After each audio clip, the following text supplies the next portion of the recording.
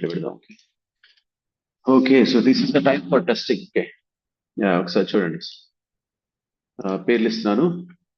Money కంట, name, age 23, phone number, some number type చేశాను.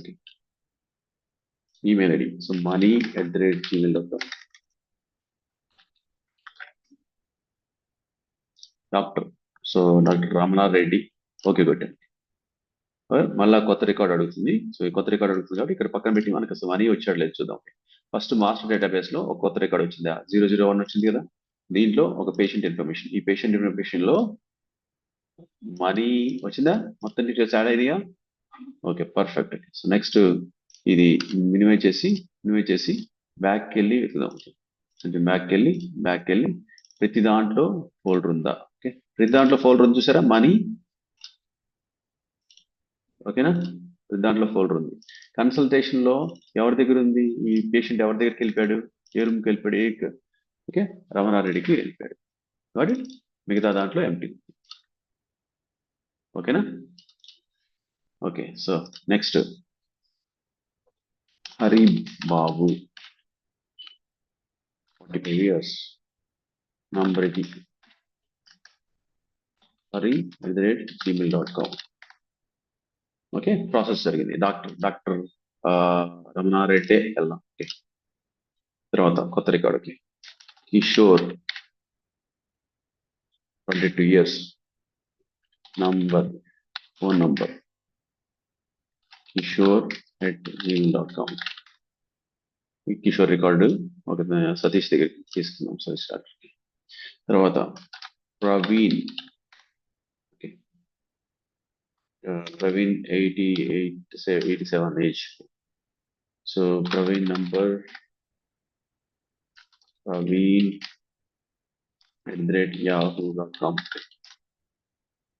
Okay, doctor select చేసేటప్పుడు మనకి సురేష్ బాబు చూద్దాం. ఓకేనా. సో రోబోట్ రెడీ అయిపోయిందా, రోబోట్ రన్ అవుతుందా చూద్దాం ఒకసారి. సో బిల్లింగ్ లోకి వెళ్తే సో ఇవన్నీ వచ్చేసినాయి. ఓకే, ఇప్పుడు దాకా యాడ్ చేసినవి అన్నీ వచ్చేసినాయి. మనం మళ్ళీ చెక్ చేద్దాం. తర్వాత సో కన్సల్టేషన్కి వెళ్తే ఇక్కడ సో జగదీష్ లో ఎవరు లేరు. సో సురేష్ బాబులో ఒకళ్ళు ఉన్నారు, ప్రవీణ్. ఓకే, తర్వాత సతీష్ లో ఒకళ్ళు ఉన్నారు, కిషోర్. అండ్ రామారెడ్డికి వెళ్తే ఇద్దరున్నారు, సో హరీష్ బాబు అండ్ అట్లాగా. సపోజ్ సురేష్కి వెళ్తే ఒకళ్ళు ఉన్నారు కదా, దాని లోపలికి వెళ్తే ఓకే, దాని లోపల ఇక్కడ కన్సల్టేషన్ సంబంధించి రాస్తారు. ఒకవేళ డేటాబేస్కి వెళ్తే సో డేటాబేస్, మాస్టర్ డేటాబేస్కి వెళ్తే మనకి నంబర్స్ కొత్తగా జనరేట్ అవుతున్నాయి ఆటోమేటిక్ గా. సో ప్రవీణ్ డీటెయిల్స్ దీంట్లో ఉంటాయి. ఓకేనా, ఇది ఇంకా ప్రాజెక్ట్. సో ప్రాజెక్ట్ అంటే చిన్న ప్రాజెక్ట్స్. ఈ ప్రాజెక్ట్ లో మనం చాలా నేర్చుకుంటూ ఉంటాం. సో స్కానింగ్ సెంటర్ లోకి వెళ్తే ఆ స్కానింగ్ సంబంధించిన వాళ్ళ స్కానింగ్ సంబంధించింది ఏదంటే ఐడి తీసుకొని ఆ ఐడిలో వాళ్ళు ఫోల్డర్స్, ఎంటీ ఫోల్డర్స్ క్రియేట్ అయ్యి అంతే, ఎక్స్రే ఫోల్డర్స్. Got it? అర్థమైందా? మొత్తం అర్థమైందా? Yes or no? Just type చేయండి చాట్ లో. అర్థమైందా ప్రాజెక్ట్? ఓకే, సో ఇది మనము arguments, yes or no? Variables, constants, arguments మీద మనం వర్క్ చేసాం అనమాట. ఒకసారి నా సజెషన్ ఏంటంటే ఈ వీడియో ఏదైతే రికార్డ్ అవుతుందో ఆ వీడియో మళ్ళా చూడండి. సో మళ్ళా చూసి ప్రతిదీ నోట్ చేసుకోండి. ఈ క్లాస్ తర్వాత మీకు ఆర్గ్యుమెంట్స్ సంబంధించిన ఏ డౌట్ ఉండకూడదు అనమాట. ఇన్ అవుట్ ఎప్పుడెప్పుడు వాడతాం అనేది మనం తెలుసుకోవాలి.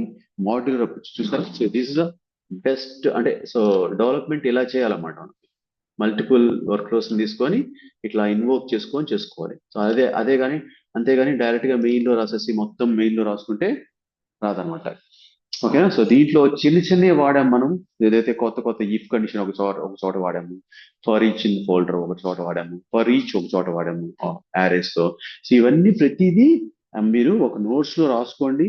ఏదైతే కొత్త ఐటమ్ అంటే కొత్త యాక్టివిటీ వచ్చిందో అది రాసుకోండి మీ నోట్స్ లో. ఓకే, సో అప్పుడు మీకు ఎన్ని యాక్టివిటీస్ మనం నేర్చుకున్నామని చెప్పేసి తెలుస్తుంది అనమాట. ఓకే.